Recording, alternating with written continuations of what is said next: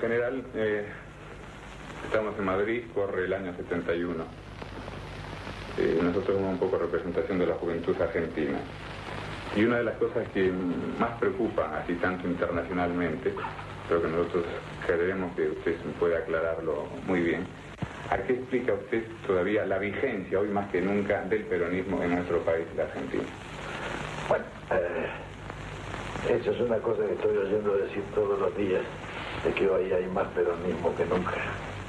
Y yo siempre contesto lo mismo, que no creo que es porque nosotros hayamos sido demasiado buenos, sino porque los que nos han sucedido han sido tan malos que al final hemos resultado óptimos nosotros.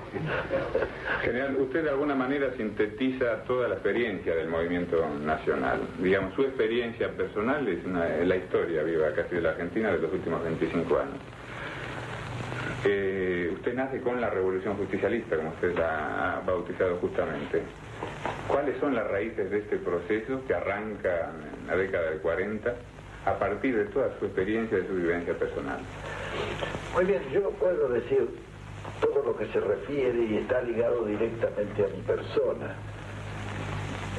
Toda la Revolución Justicialista yo la he vivido desde el comienzo, aunque indudablemente no soy yo solo el que ha hecho la revolución, como algunos creen y me echan la culpa, sino que son miles de personas que han intervenido. Lo que yo puedo hacer es decir cuál ha sido mi intervención y en qué sucesos he vivido yo la Revolución Justicialista. Con lo que indudablemente presentaré algunos aspectos que no son conocidos y que son interesantes porque en cierta medida yo he sido el ideólogo y el realizador de la Revolución Justicialista. Todo esto comienza con el año 1938. Yo había estado hasta el año 37 en Chile de agregado militar. Llegué al país de vuelta y fui destinado al Estado Mayor General del Ejército, a la División Operaciones. Allí estaba realizando el trabajo que realizan los oficiales de Estado Mayor en el Estado Mayor General. Y un día me llamaron del Ministerio de Guerra. Era ministro de Guerra en ese entonces el general don Carlos D. Márquez, uno de los generales más distinguidos que ha tenido nuestro ejército. Un hombre de una gran cultura, muy serio, muy honesto, y a quien yo conocía mucho, porque había sido él oficial del Colegio Militar cuando yo era cadete. Bueno, me daban una misión en Europa, una misión de estudio. Esa misión de estudio tenía por objeto estudiar las tropas de montañas y traer para el país lo que más pudiera convenir para el perfeccionamiento de nuestras fuerzas de montaña. Pero colateralmente con eso, el general Márquez, el ministro de Ejército, me dijo: va usted en una misión de estudio, pero indudablemente nosotros estamos en la puerta de la Segunda Guerra Mundial.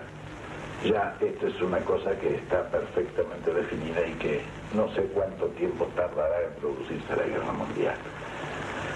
Y a la vez que usted desarrolla su misión de estudio me va a informar personal y directamente a mí, porque indudablemente me interesa, me dijo, no las operaciones militares que se puedan iniciar, porque para eso hay otros organismos que lo hacen. En cambio, yo necesito que usted me informe, diremos, sobre lo que el drama sangriento y apasionado que es la guerra tiene en sus grandes consecuencias y en sus grandes causas. Usted ha sido profesor de la materia de estrategia en la Escuela Superior de Guerra, de manera que en esto yo entiendo que es un hombre altamente capacitado y espero esa información. ¿Eso era el año? El año 1938. 38. Bueno, en estas condiciones, pensando, gracias, en sacar el mayor provecho, diremos, cultural, era la primera vez que yo iba a Europa, de manera que quería aprovechar esto bien a fondo.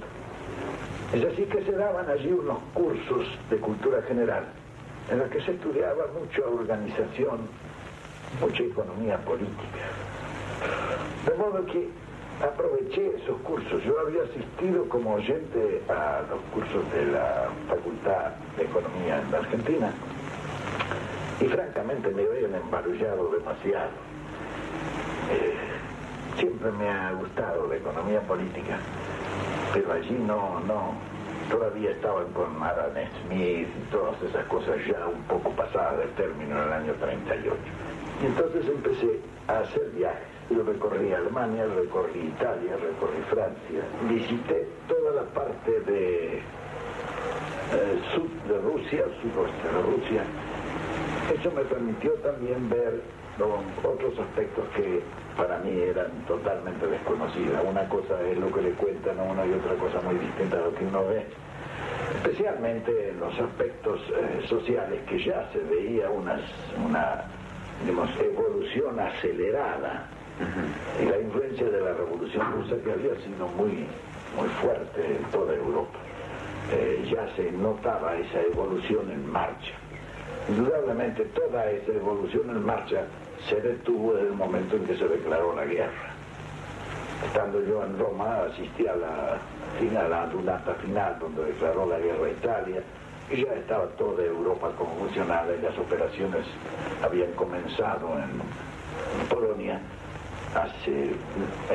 Vi todos los Wochenschau alemanes que eran los documentales de la invasión de Polonia, y en consecuencia seguía perfectamente bien la guerra.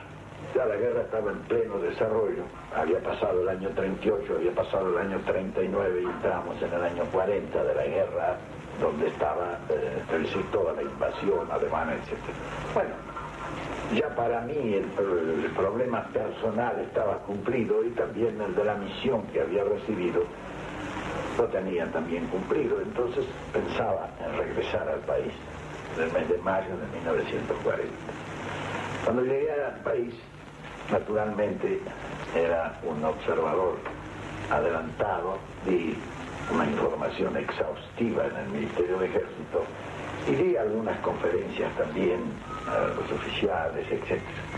Cuando yo terminé esas conferencias, indudablemente la gente creía que yo era comunista o socialista, ¿no? Por las ideas que traía, pero eran ideas que yo había recogido aquí en Europa frente a una evolución social muy acelerada que había caracterizado el periodo de preguerra. Claro, las guerras detienen la evolución. Ya una vez que se declaró la guerra, esa evolución en el orden social quedó en cierta medida muy detenida. Cuando llegué a Buenos Aires, estaba en plena alteración, diremos así, de las formas institucionales, había un poco de caos, estaba en el gobierno el doctor Castillo y ya se hablaba de elecciones para un futuro cercano. Esas elecciones, indudablemente ya, como se hacían las cosas en aquellos tiempos, estaban un poco amañadas. Ya sonaba para candidato de reemplazo el doctor Robustiano Patrón Costas. Tomé contacto nuevamente con algunos oficiales, sin ninguna otra intención que la profesional, hasta que un día se me presentaron allí un grupo de coroneles y me dijeron: esto no puede ser, aquí se va a hacer un fraude electoral y nosotros hemos escuchado todo lo que usted nos ha dicho sobre las cuestiones sociales y políticas de Europa y sus ideas fundamentales sobre estos problemas, y no hemos perdido nuestro tiempo. Nosotros hemos organizado ya más o menos en el ejército la posibilidad de contar con el apoyo de jefes y oficiales del ejército para tomar el gobierno, dar un golpe de Estado e impedir estas elecciones que ya se preparan con un marcado fraude. Bueno, yo le dije: cuidado, yo creo que tenemos que andar continuo y despacio, porque eso de tomar el gobierno hay que pensarlo dos veces, porque tomar el gobierno para fracasar después en el gobierno, mejor no tomarlo. En consecuencia, le dije yo: bueno, me dijeron ellos, usted nos ha hablado de una revolución que cree que es indispensable en el tiempo que estamos viviendo, y nosotros querríamos que usted fuera el orientador de esa revolución, y nosotros tomaríamos el gobierno solamente para hacer un gobierno administrativo para que el país no sufra, y usted se encargaría de realizar, diremos así, cuanto nos ha dicho sobre la revolución social que usted piensa que debe realizarse en el país para ganar tiempo y colocarnos en una posición en que el futuro marcará indefectiblemente. Muy bien, le dije yo, ustedes me perdonarán que yo tome mis recaudos, denme 15 días de tiempo y entonces sí aceptaré la misión que ustedes me están asignando. En fin, cuando me di cuenta de que esto tenía ambiente y que era una cosa posible, llamé a los coroneles y le dije, bueno, yo pienso que es posible esto. Muy bien, dijeron, nosotros vamos a tomar el gobierno y usted se va a encargar de preparar y realizar la revolución de que nos ha hablado. Es decir, pasaba en ese momento a ser el ideólogo, diremos así, de la revolución justicialista y realmente el realizador. Claro, yo les pedí que no me diesen a mí ningún cargo en el gobierno ni a ninguna de estas cosas porque yo tenía que trabajar, ¿no? Esto no era una cuestión tan simple. Una revolución necesita una preparación humana y una preparación técnica que no se pueden improvisar porque deben ser a base de una realización. Así se produce la revolución del 4 de junio. Esa revolución, en realidad, de verdad, es el punto de partida, es el golpe de Estado que nos posibilitaba a nosotros preparar desde el gobierno la revolución. Aspecto que es muy importante considerar porque la preparación de una revolución desde la oposición es muy diferente a realizar una revolución desde el gobierno. Ello nos permitió iniciar la preparación humana. Bien, cuando se pasa el general Farrell a ser presidente provisional en reemplazo del general Ramírez, los jefes y oficiales de Campo de Mayo me impusieron a mí, que tenía que ser yo el ministro del ejército.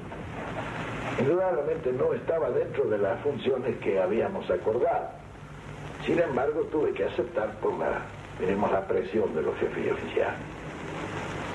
Fue así que yo dije, bueno, yo acepto el Ministerio de Ejército, lo manejaré en la forma que pueda, pero yo necesito que ustedes me nombren presidente del Consejo Nacional del Trabajo. Era un Departamento Nacional del Trabajo, un organismo oscuro y trascendente que estaba funcionando desde hacía mucho tiempo sin ninguna finalidad y sin ningún objeto. La gente indudablemente se rió cuando yo le dije a los jefes oficiales que me fueron a ver, les dije eso, en fin. Ellos se ríen, dicen, ¿cómo es que lo nombramos ministro de Ejército, quiere ser secretario de Trabajo y Previsión? Indudablemente yo necesitaba un punto de apoyo y una palanca para hacer la preparación humana de la revolución.